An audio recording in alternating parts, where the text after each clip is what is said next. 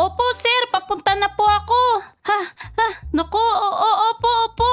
Wag na po kayong magalit, sir. Papunta na po talaga ako. Hi guys, samahan niyo ako mag-deliver ngayon. Naghintay na kasi ngayon yung customer ko eh. At galit na galit na. Naku, kailangan ko na magmadali. Tara guys, samahan niyo ako. Saan ko kaya hanapin yung bahay na yun? Teka, parang dito lang yun eh. Oo, tama. Eto nga lang. Malapit lang pala yung bahay niya eh. Ito yun, alam ko eh. Tao po. May tao po ba dyan? Ay, asa na ba yung order ko? Naku, mukhang masungit pala to. Gutom na ako. Gusto ko na kainin to sala. Ding dong. Ay, sa wakas, dumating ka na rin. Kanina pa ako gutom dito. Ay sir, pasensya na po kayo. Natagalan po yung order ko. Ito po yung order nyo, burger. Ay, nako. Nalipasan na ako ng gutom. Ang tagal-tagal mo kasi. Ayoko na nga niyan. Sa iba mo na lang yung ibenta. Ho? Naku po, Mr. Clean? Hindi po pwede. Oh, bakit nandito ka sa loob ng bahay ko? Kasi po, bawal po kasing mag-cancel ng order eh. Mababawas po kasi ito sa sweldo namin. Pasensya na po talaga, Mr. Clean. Ay, ang kulit-kulit mo talaga. Sinabing ayoko niyan eh. Malis ka na nga dito sa bahay ko. Kung hindi, magpapatawag ako ng pulis. Naku po, sige po, lalabas na ako. Salbahe Alis na, talaga alis tong na. albon na to. Naku, ano nang gagawin ko guys? Hindi na niya kinuha yung order niya. Sigurado mababawas na to sa sweldo ko. Naku, anong gagawin ko? Wala na akong choice, kakainin ko na lang to. Ganon din naman eh. Hi. Naku, ako na nga lang kakain nito. Tamang-tama, gutom na ako eh. Hay, ang malas naman ng araw ko ngayon. Paano ako kikita ngayon? Wala akong magiging pambili ng gamot ng tatay ko sa may sakit. Yum. Maghahanap na lang uli ako ng customer. Nanay, eto oh. Mukhang may pera to. Mamimos tayo. Oo nga anak, mukhang masarap yung kinakain niya. Anong nangyayari? Malilimos kami iha, baka meron kang konting barya. Malimos po kami. Kawawa naman kayo. Mukhang gutom na kayo.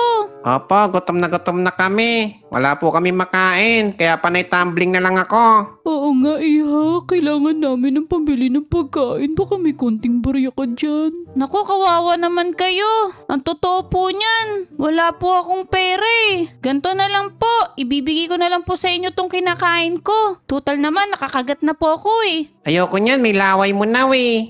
Hala, ang selan pala ng batang to.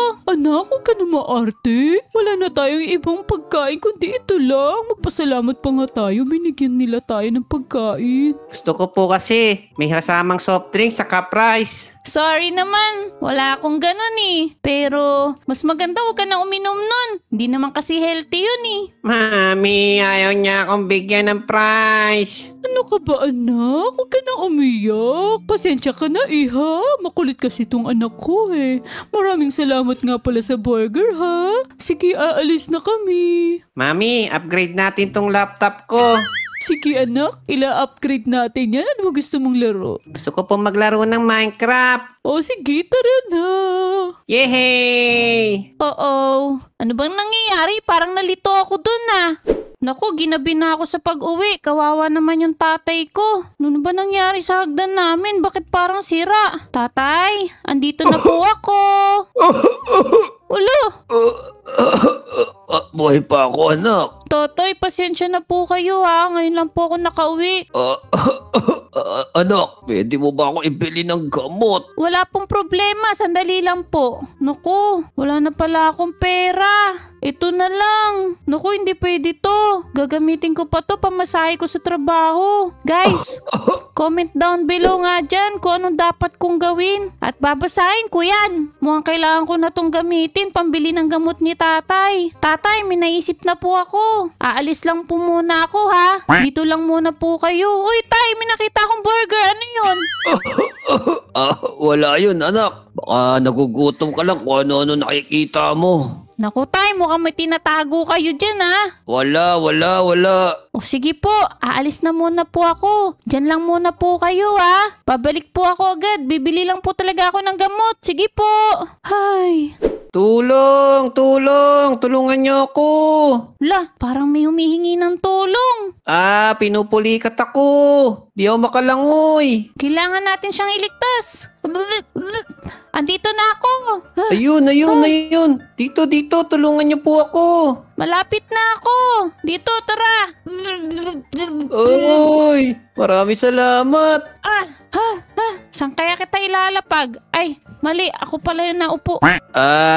Teka. Andito na pala ako sa yate ko. Boss! Gising! Ano, okay ka lang ba? Medyo okay naman ako. Teka, ikaw ba'y nagligtas sa akin? Oo, boss! Buti naman at nakaligtas ka. Medyo nangihina pa ako. Pero mas okay na ako ngayon.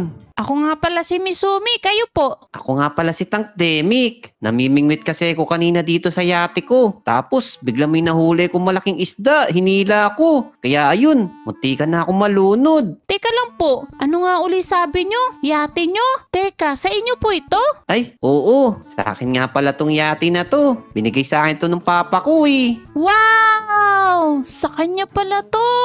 Ang yaman nyo pala. Ay, hindi naman. Sakto lang. Hehe. Ikaw ba? Saan ka ba nakatira? Doon lang po ako malapit nakatira, doon sa may tabi ng ilog. Buti na lang nadaan ka. Maraming salamat nga pala ulit ha. Eto nga pala. Gantimpala ako sa'yo dahil niligtas mo ko. Naku. Ayoko po. Eto, kuhanin mo na to. Sige na. Hindi ko po tatanggapin yan. Ha? Bakit naman? Kapag po kasi may mga nangangailangan ng tulong, tinutulungan ko lang po sila. Hindi po ako humihingi ng kapalit. Grabe! Ang galing naman nun. Napakabait mo pala. Siyempre naman po. Yun po kasi yung turo sa akin ng tatay ko eh. Teka, paano ba ako makakabawi sa'yo?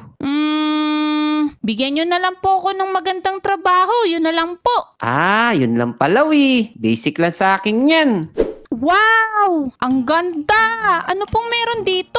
Simula ngayon, ikaw na ang gagawin kong driver. Sige na, sumakay ka na. Driver? Wow! Isa akong driver! Ala, ang galing! Sige po. Ipagdadrive ko po kayo. Okay, kailangan ko makapunta doon sa business ko. May meeting kami, Sige po, sir. Papunta na po tayo. Oy! Bakit ganyan ka mag-drive? Sorry, sir. Pasensya na po. Nagsisimula pa lang po ako eh. May tao. Baka masagasaan mo. Pasensya na talaga, sir. Ngayon lang ako nakahawak ng sasakyan. Man. Bakit ba driver pa nabigay ko sa'yo? Oo. Tumabi kayo. Tabi! Lagot! Wow! Ito po ba yung bahay nyo, sir? Oo, ito nga pala yung bahay ko. Grabe! Yayamanin ng boss ko! Ang ganda! Teka, kumain ka na ba? Hindi po. Busog pa po ako. Sige, kumuha ka lang dyan sa ref kung ano yung magustuhan mo. Wow! May pagkain sa ref! Ayaw po magpabukas eh. Ay, hindi yan ref. Ay, hindi ba Cabinet to? yan eh. Sorry po, wala kaming ganyan sa bahay. Siya nga pala, kaya kita pinapunta rito kasi may sasabihin ako sa'yo. Ano po yun, boss? Medyo delikado kapag ginawa kitang driver eto na lang. Ka lang ha. Ano kaya bibigay sa akin ng trabaho ng bago kong boss? Eto, gagawin na lang kitang yaya dito. Yaya? Opo, boss. Tatanggapin ko to, boss. Walang problema. Eto, hawakan mo na tong map. Simulan mo na. Sige, boss. Maglilinis na ako. Ang galing. Mas madali yung trabaho ko ngayon. Like nyo nga, guys, kung nagustuhan nyo yung trabaho ko. Hay, grabe. Napagod ako sa pagpipintura ng bahay ng bossing ko. Ano pa kaya gagawin ko? Kaso inaantok ako eh. Parang gusto ko munang magpahinga. Wala pa naman yung boss ko eh. Iidlip lang muna ako sandali. Ay, inaantok na ako. Gusto ko ng pagkain.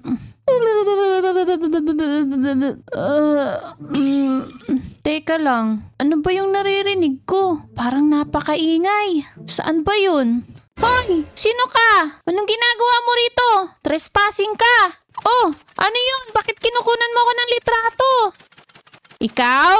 Lagot ka ngayon sa akin. Saan ka pupunta? Bumalik ka rito. Pulis! Etong sayo. Haha! Huli ka ngayon. Lagot ka ngayon. Hintayin mo na ang pulis, paparating na.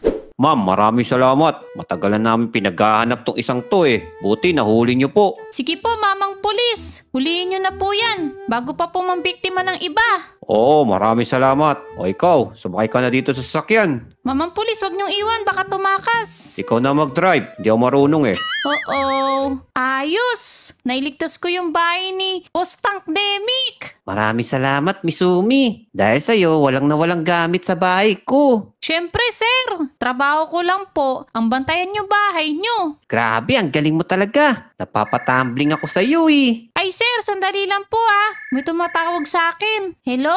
Opo, ako nga po. Ano po? Yung tatay ko? Ha? Sir, mukhang kailangan ko pong umalis. Oh, bakit? Ano nangyari? Ang tatay ko nasa hospital na po. Babalik na lang po ako. Pasensya na po. O, sige, bilisan mo. Naku, sana makaligtas yung tatay ko. Ang tatay ko, kamusta na kaya? Tatay! Nandiyan pa tatay ko? Naku, wala dito. Ayun! Tatay, bakit niyo ako iniwan, tatay? Loko-loko kang bata ka. Buhay pa ako. Tatay, ano po ba nangyari sa inyo? Inimatay kasi ako sa bahay. Buti na lang sinugod ako ng kapitbahay natin dito sa ospital. Ang galing po, maraming salamat, nakaligtas po kayo. Kaso ang problema anak, wala tayong pambayad dito. Wag po kayo mag-alala, tay. Maghahanap po ako ng mas maraming trabaho para may pambayad tayo sa ospital. O sige anak, mag-iingat ka. Huwag mo masyadong paguri sarili mo ah. Sige po, tay. Kailangan hindi ko ipakita sa tatay ko na nahihirapan ako. Pero saan ako hahanap ng pambayad sa ospital? Naku, problema talaga to. Nasaan kaya yung doktor? Sir, ba't po kayo nandito?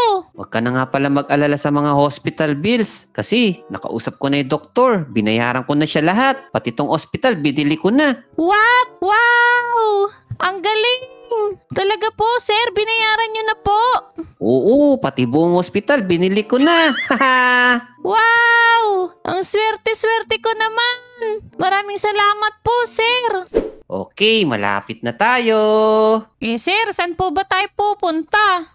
Andito na tayo. Pwede ka na bumaba. Saan po tayo? Ito nga pala yung building ko. Dito ako nag-oopisina. Saan po? Ayan oh. Wow! Ang taas!